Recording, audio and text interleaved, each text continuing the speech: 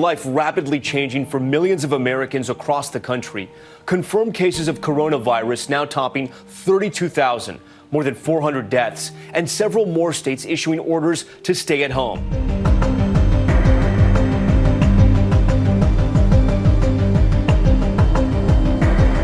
This morning, the party is over after criticism from across the country about younger people ignoring orders of social distancing. This is so unintelligent and reckless, I can't even begin to express it. You are not immune. Everything we say and urge applies to you as well. Local officials throughout Florida are now shutting down the beach to both spring breakers and residents. Our beaches will be closing. In Miami's South Beach, known as the spring break capital of the world, the closure came in stages. Earlier in the week, it was a small stretch along the city's famed Ocean Drive. By Friday, all public beaches shut down. Clearwater Beach waiting till the end of the week to close its beaches. The safety measures stretching all the way through the Florida Panhandle. It's unfortunate, but it happens. If it's necessary, it's okay. The shutdowns came after a new report from the CDC suggested younger adults have accounted for almost 30% of the COVID-19 cases. In response, the U.S. Surgeon General turned to popular influencers for help, inspiring celebrities like Taylor Swift, Dua Lipa, Billie Eilish, and Kylie Jenner to act. Nobody's immune to this. Millennials are not immune to this. She does have a platform and a voice, so it does help. This morning, despite mounting pressure, Florida Governor Ron DeSantis says he will not step in, leaving beach closures up to local officials. The rest of the world's on lockdown. We need to be on lockdown. We're not open to be a party. Now the governors of neighboring South Carolina, North Carolina, and Texas are following in his footsteps, leaving some local residents critical of the move. If the epicenter of the coronavirus outbreak in Europe is in Lombardy province in northern Italy, then the absolute center of this epidemic is here in the town of Bergamo. More people have died here than anywhere else, and they still are every day.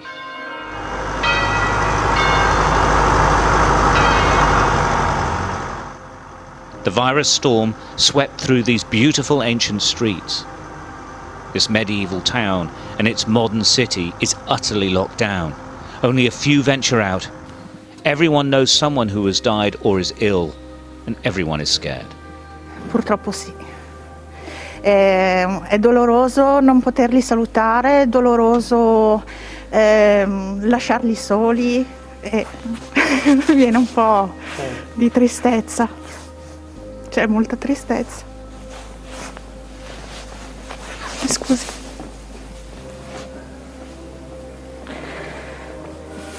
Sì, non è purtroppo vedere i propri amici, i propri parenti che se ne vanno piano piano, proprio così, vedere la gente che si prodiga comunque a cercare di salvarli in tutti i modi, e vedere che comunque poi non c'è possibilità per alcuni, fa male, fa male. Here they believe the only way to stop the spread of the virus is to shut everything. Only essential shops are open. It is hard, but it is, according to the experts, the only solution. They've run out of room at the morgue, but they haven't run out of respect for the dead at Cremona Hospital. The next batch of the lost waiting for cremation are laid out in the hospital chapel before collection. Their families couldn't even say goodbye. They're all in quarantine. It's a recurring theme now. Everyone dies alone.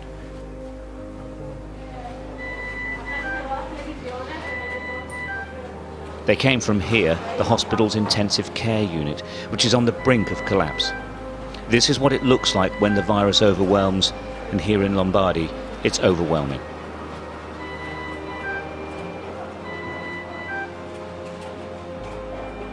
These patients are critically ill. In all probability, they won't make it. The staff have no cure available to them. They're just trying to keep them alive. Every 13 to 16 hours, they turn the patients over to relieve the pressure on the lungs. Without doubt, she wouldn't survive without constant attention. The patients are highly contagious. Where possible, they're observed from a distance, but most of the time, that isn't possible.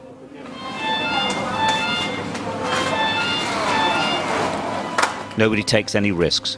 They wash and sanitize constantly. Gloves, masks, and protective clothes are regularly changed. In truth, these men and women are exhausted. The system is at breaking point, and they are as well. But they keep going. They aren't the front line in this war. They are the only line. It's a very dangerous, is a disaster, is a tsunami.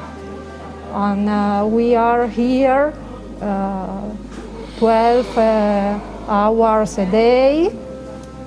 Only we are go to home for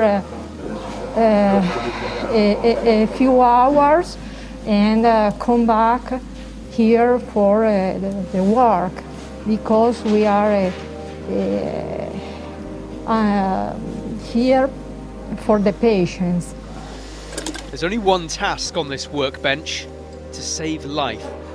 Their focus here has switched from vacuum cleaners and garden tools to ventilators that can help people breathe. 1 week after the government made a public appeal for help, G-Tech in Worcestershire have their prototype almost ready. This is day 2 of 24-hour testing. We think we've solved all the difficult bits. We're just making the last bits of a pneumatic timer now, which will hopefully be ready in a few hours. If that works, we can take all the electronics off it and it'll just run on oxygen supply, so it's very simple. I'm confident we can build them in reasonably short time and quite high volume. I'd estimated 1,000 a day. The lesson from Italy is that if you run out of ventilators, clinicians have to make incredibly hard decisions. So there are now people across the UK racing to avoid that scenario. RDM Automotive in Coventry normally produced driverless cars, but they're now on hold as their engineers develop their own ventilator. It is a war on coronavirus. We're not able to touch it. We are able to kill it eventually. And in the old type of spirit of the war, we have to rally round and we will have to help each other and we have to help our loved ones, and that's what we're understand that people are frustrated and they're at home and they're not doing things that they normally do and they're not seeing their loved ones. But now is the time to double down, actually, because 1 week is not enough. We will start, as Dr. New indicated, to see if these efforts are making a difference in the next week to 2 weeks, and we'll report back. But that doesn't mean that the social distancing will be lifted. We will be in this situation for a while. And I think Canadians need to understand this isn't about 2 weeks of social distancing. This is about months of social distancing. We were getting calls from governors saying, we don't have swabs, there are no swabs, there are no swabs. Our supply people went in the open marketplace and bought 200,000 swabs in the open market, and I just sent a letter to every governor sending them swabs. Tickets for this year's Glastonbury sold out in just minutes, with around 200,000 people expected to celebrate its 50th anniversary in June. But music lovers around the world affected by cancellations and isolation have been getting creative to ensure the music plays on. In Italy, they've been singing to raise their spirits. Lockdown has led to the most magical music and heartwarming scenes. Now choirmaster extraordinaire Gareth Malone is determined to get Britain in tune. Glastonbury being cancelled, that collective, that feeling that you are part of something, a magical moment in time, we're not going to have that. So we need to find alternatives. We need other ways to feel good about ourselves. Hold back the river, let me look in your eyes. Gareth has formed countless choirs around the country and is famed for bringing people together through music. Loneliness is going to be a very big problem. The virus itself is just one problem. Mental health is going to be a huge issue, I think, over the coming months. And I think we are in for the long haul.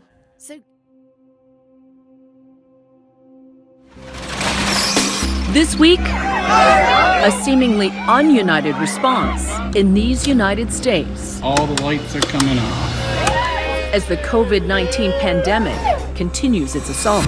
There will be people who die who didn't need to die. In parts of the country, empty streets and shuttered shops. In others, it seemed, business as usual. It's really messing up with my spring break.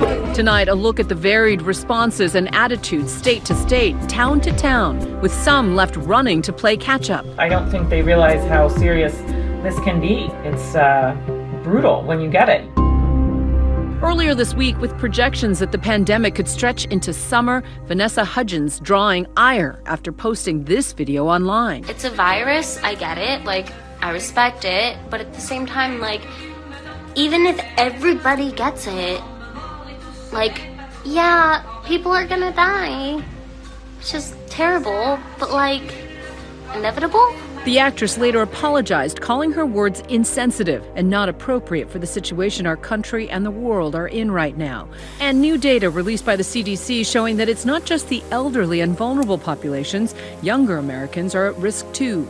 Nearly 40% of American patients hospitalized for the virus were between the ages of 20 and 54. What's unclear is if any had pre-existing conditions. And you see all these people out just partying and living life and carefree in a way that's irresponsible and not fair. For Amy Driscoll, it's personal. She spent the last week in quarantine, recovering from COVID-19. She spoke out on Facebook to what she called the non-believers. Her message going viral.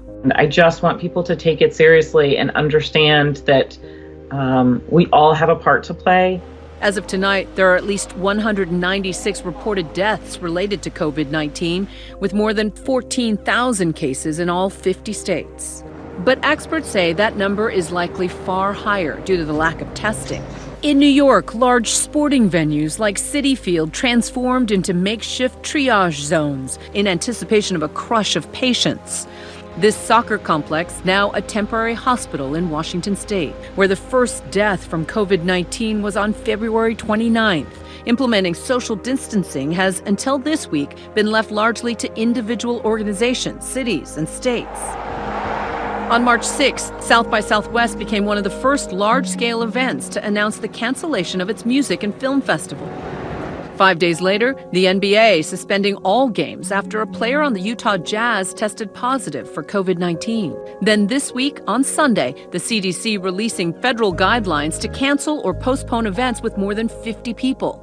Social distancing can be incredibly effective, not in isolation, but in part of other aggressive containment and mitigation measures. But the key is everyone has to be all in. And states including California, Ohio, Illinois, Massachusetts, and Washington announced the closure of bars and restaurants, along with New York City. It's surreal. We're going to have to wrap up the bar for the foreseeable future. By Monday, an avalanche of school closures blanketing 24 states, followed by more in subsequent days. That same day, President Trump released new guidelines.